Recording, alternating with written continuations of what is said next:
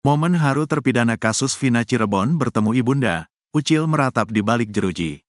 Jelang sidang peninjauan kembali alias PK yang diajukan 6 terpidana kasus Vina Cirebon, momen haru terjadi antara Rivaldi Aditya Wardana alias Ucil dengan ibundanya. Beberapa jam sebelum sidang PK dimulai, ibunda Ucil mendatangi putranya yang berada di ruang tahanan sementara.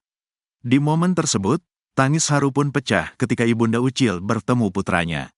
Diketahui, kasus kematian Vina Cirebon dan Eki hingga kini memang masih menjadi perdebatan antara pembunuhan atau kecelakaan, meski sudah ada putusan pengadilan.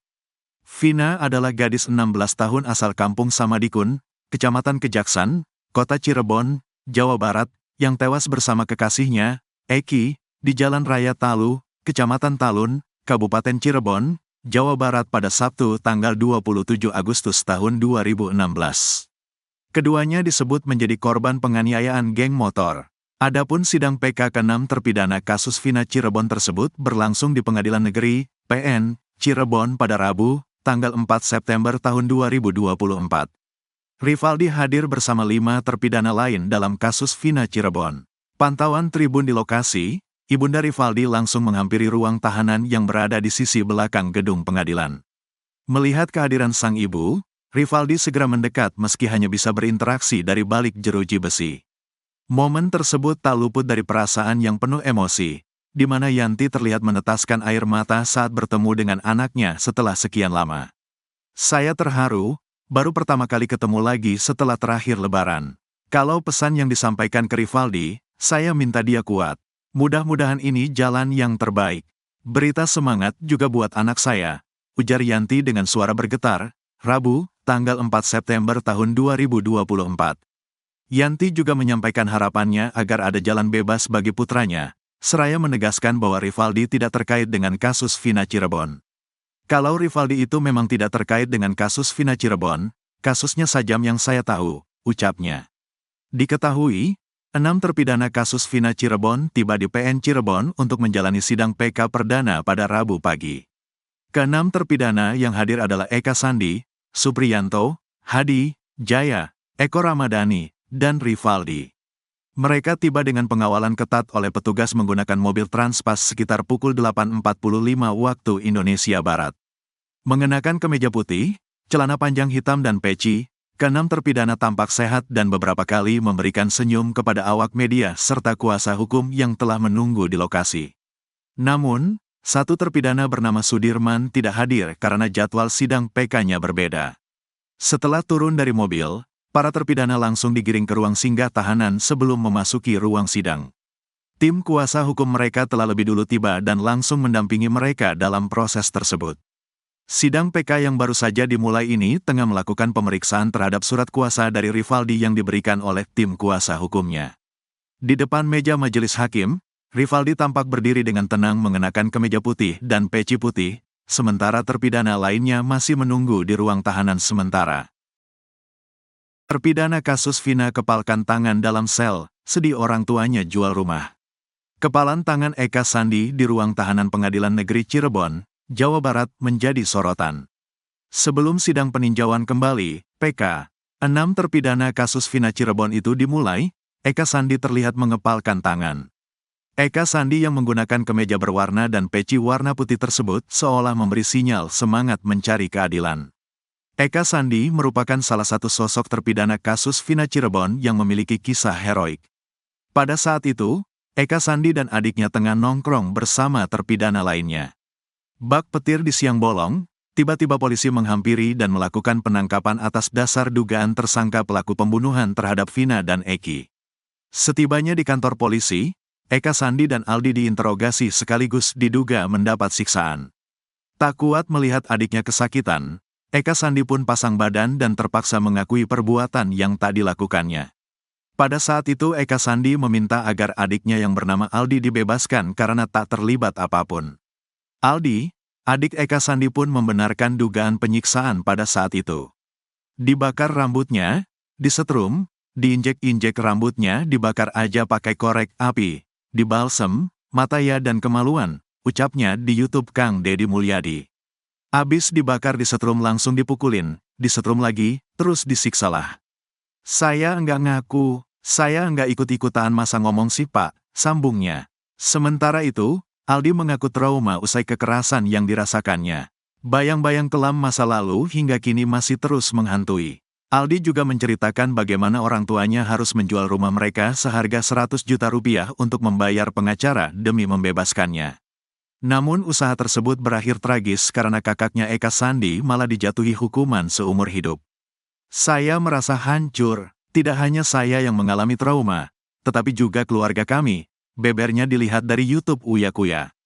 Orang tua kami sampai harus menjual rumah demi biaya pengacara, tetapi pada akhirnya kakak saya yang harus menjalani hukuman seumur hidup, ungkap Aldi penuh emosi. Di sisi lain, Yunani, ibu kandung Eka Sandi bersikukuh bahwa anaknya tidak terlibat kasus pembunuhan Vina dan Eki 2016 silam.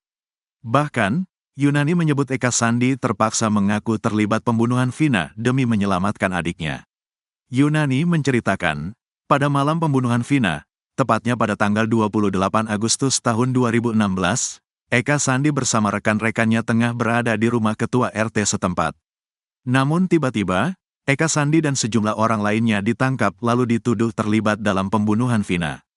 Paginya itu saya tanya, "Kak, kamu dari mana?" "Di rumah Pak RT katanya," ucap Yunani, dikutip dari tayangan Kompas TV.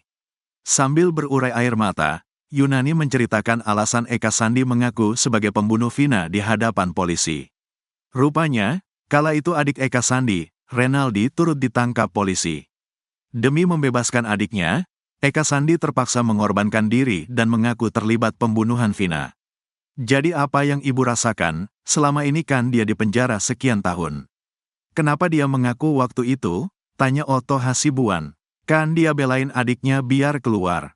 Anak saya kan 2. Satu lagi namanya Renaldi," jawab Yunani.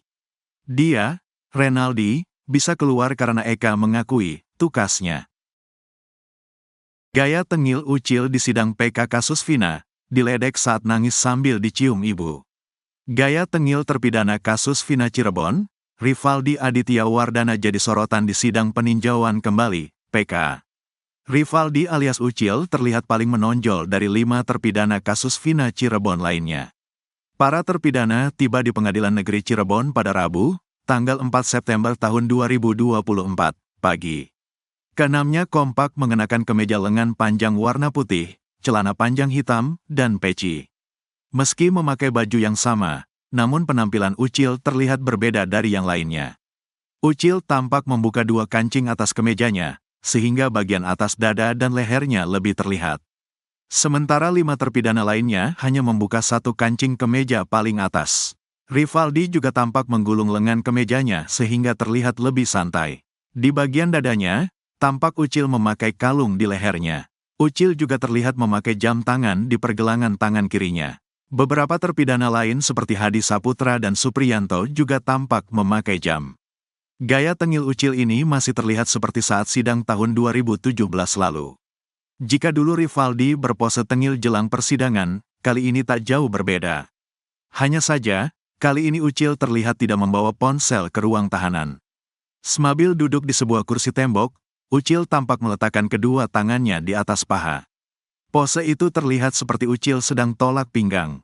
Sementara para terpidana lainnya tampak duduk sambil menunduk atau melipat kedua tangan di atas paha. Gaya mentereng dan tengil Ucil itu berbanding terbalik saat berada di ruang sidang.